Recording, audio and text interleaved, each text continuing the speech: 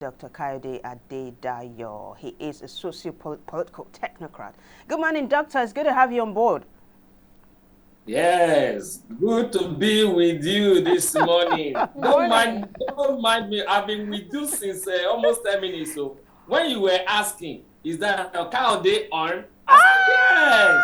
And you were saying, he always listens to some things you say, you know? You caught me. I called you. I called you an FBI. Thank you for joining us. And I also decided I won't allow you to be harassing me with a cup of coffee. I have my own coffee here too. Doctor. That's a good way to my God. This is 1-0. I'm going to equalize very, very soon. Thank you so much for joining us this morning. Thank you, Doctor.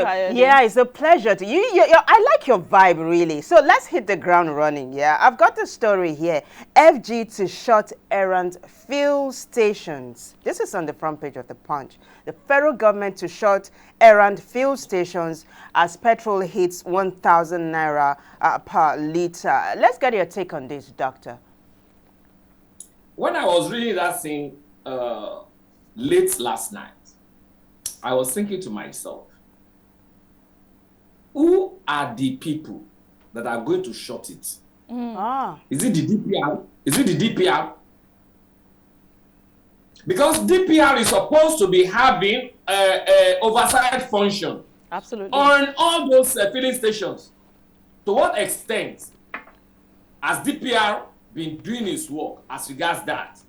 So many of them will be having fuel, and they will say they don't have fuel. In the night, they will now be selling to kegs. So tell me, has DPR been functional? You see, when the head is rotting, there is nothing anybody can do except we rebuild it from the foundation. That is to say, what am I saying? We need to recalibrate our nation. It is only when we recalibrate our nation that we have all the institutions that has collapsed working. And where do we start from? From the head. Recalibration has to start from the head. Yeah. Somebody was discussing with me yesterday as regards education, certificate forgery. Yeah. I said, why would we be having certificate forgery? Check those people at the top. Check their certificates. Check it. That's a can of worms you're about to open right now, Dr. Kayode. So these are issues. These are issues because you talk about to sanction any filling stations. Who is going to sanction them? Who owns those filling stations? Who owns those filling stations? Don't they eat together? Don't they eat together? Are Nigerians buying PMS at the right price that they're supposed to be buying? Let us be factual. Let us be sincere. Are we buying it at the right price? Have some people not putting in some kind of money there that they have been taking behind us, and then lying? Are there facts to back this up, Dr. Kayode? Because these are very strong allegations. You know that they are not allegations. They are there. They are in the public domain. They are these issues are in the public domain. There are no allegations. Right. Nigerians are suffering, and not until when we decide to speak up. Not until when we decide to speak up, the leader will not know that we are suffering. But even with the amount of, Nigerians speaking up, at least that was one of the things that led to the End Bad Governance protest that kicked off on the 1st of August. And after the president... After the president gave a national... Dr. Adedayo, 1 minute. After the president gave a national address on Sunday, which was the 4th of August, it felt like every other thing just watered down. So how else do Nigerians want to present it to the government that we are suffering? We are tired of the hardship. There have been calls for conversation. There's been protests. But it feels like everything is just falling on deaf ears. So how else do they approach this situation to have their voices heard?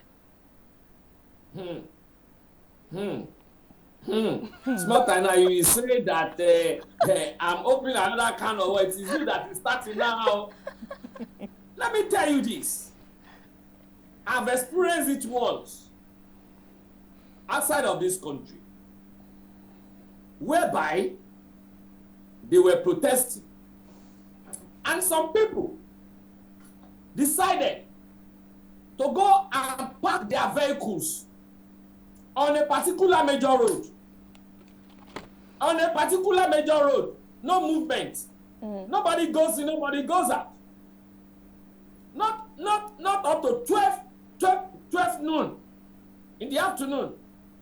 The government sit there to their demand. And let me tell you this. If I'm to lead a protest in this country, the whole world will know. The whole world will know.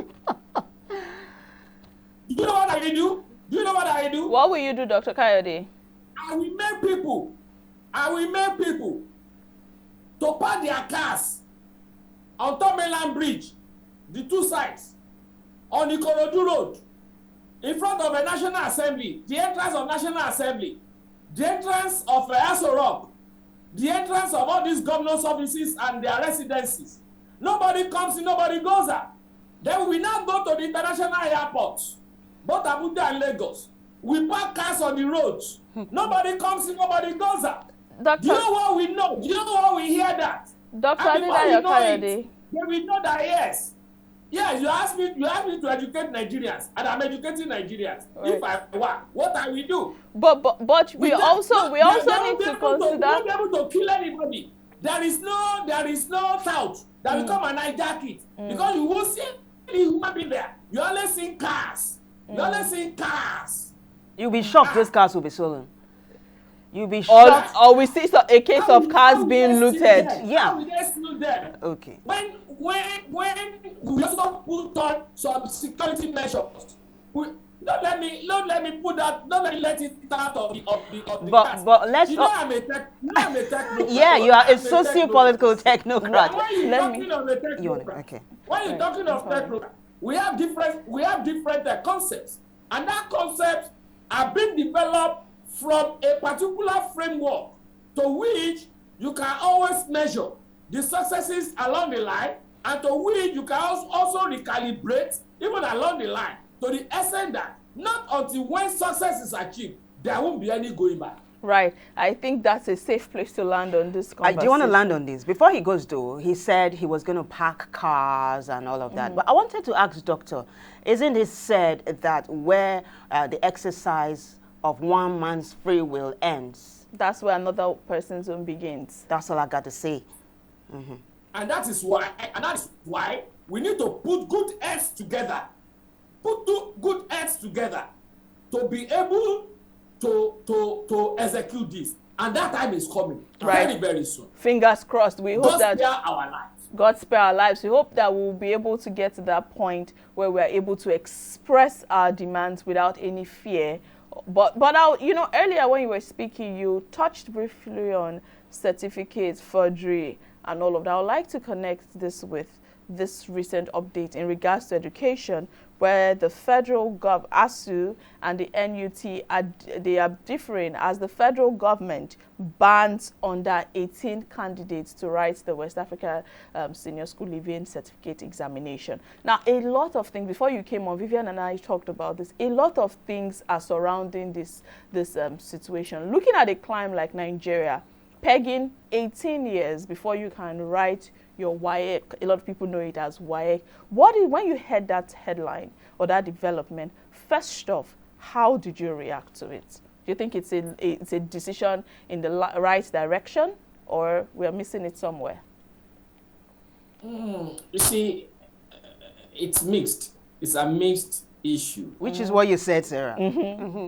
Yes, it's a mixed, because there are students and there are students. There are parents and there are parents. Okay. Let me use myself as an example. When my kids were growing up, I always had a kind of how do I put it now? Gift to their performances. Oh, incentive. If you're able to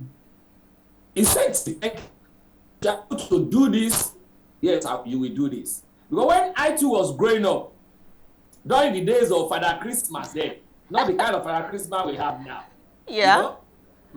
My father will tell us, the children, whoever is between first and 9 positions, You know that time they always give position. Yeah. First, second, third, nine. Yeah. By Christmas, you will go to Kingsway in Ibadan to go and see Father Christmas. Then you also go to zoo. Wow. Then zoo Ibadan was flourishing. Yeah. That was when I told my father that I would like to come to this school. And throughout my stay in UI, I don't think I visited that zoo for 2 times. Wow. You can imagine. Do you understand? Yeah. Then from zoo, you go to Leventis,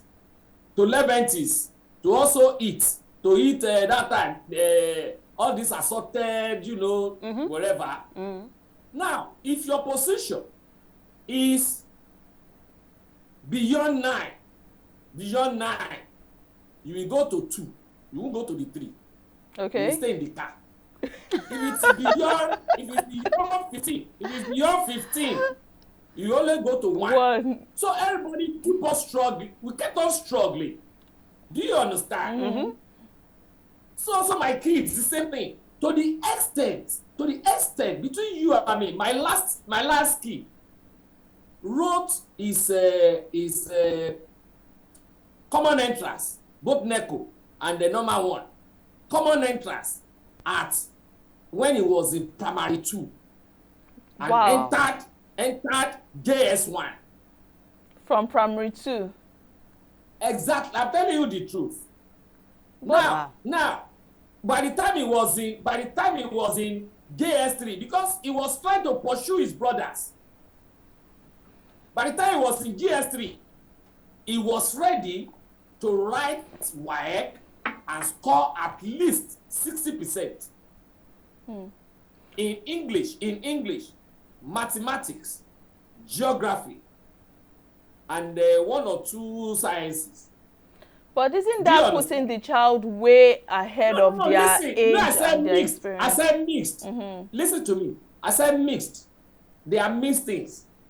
Now, such a person, if he should go and write WAEC at age 14, because his brothers wrote a WAEC JAMB at the first one age 16, the other one age 15.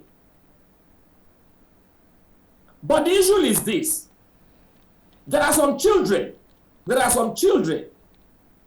don't have, the parents did not develop that competitive habit into them. I don't know whether you understand. We are different parents. There are some, they will put in that competitive habit in their children. No doubt about it. And they now want to excel. But at the same time, you must also teach them what we call adversity coefficient. That's what we call adversity coefficient. Dr. Kayode, we would like to pause you for a bit. We have a caller on the line. We have Samuel from Abuja. Good morning, Samuel. Thank you for joining us.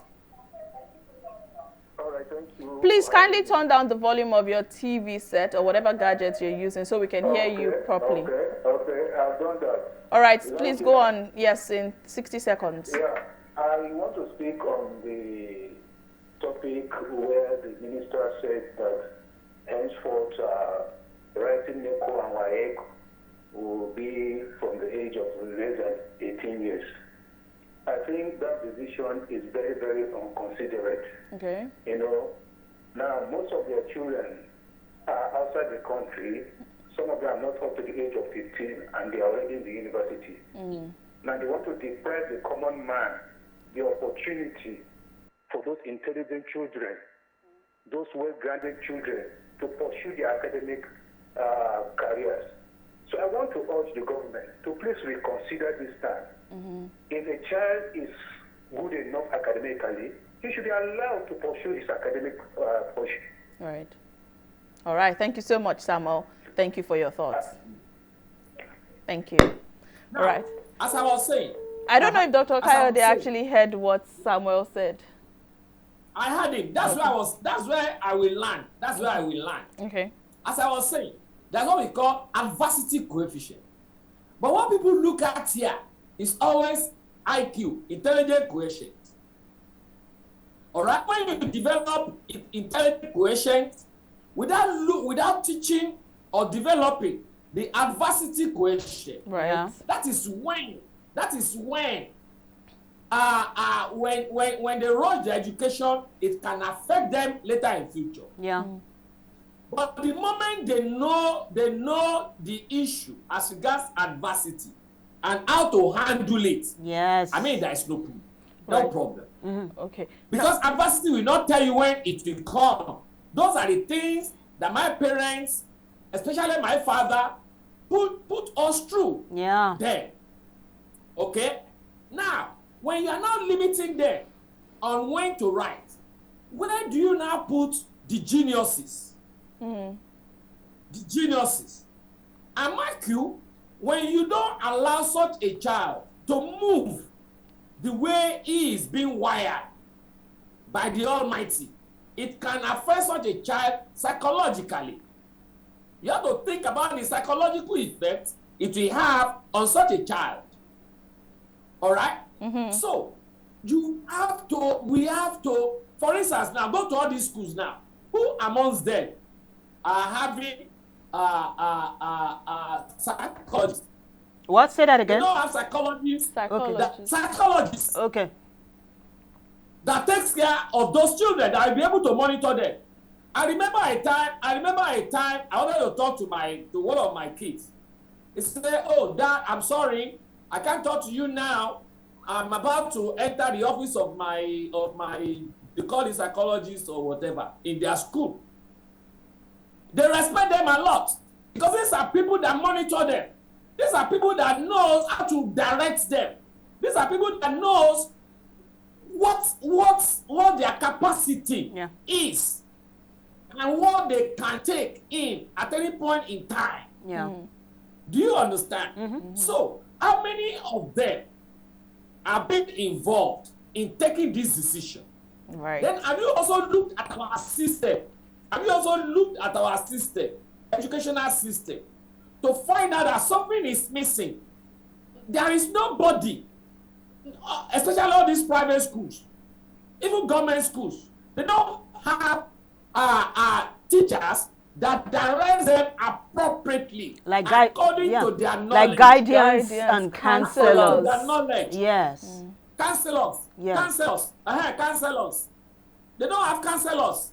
My child will tell me, "Dad, I'm about to go and see my counselor. I can't talk to you now. Please, I talk to you in 1 hour." Because they know that those counselors are very important within their educational career. Right. Very true. So in essence, counselors. In essence, we need to balance both. Yeah. The child has, Yes. we have to strike a balance. Yeah. Right. You know, we would have really loved to continue, but our time is fast spent. And I'll always say what you always say. One day, we will borrow time. We will get to that space where we'll borrow time. But it's been a pleasure. Doctor. Yeah, you were it's been brilliant. an interesting one. Fantastic. Thank you so much for joining us this morning, Dr. Adedayo Kayode. It's my pleasure being with you. Enjoy the rest of the day. Thanks for having me. Thank you.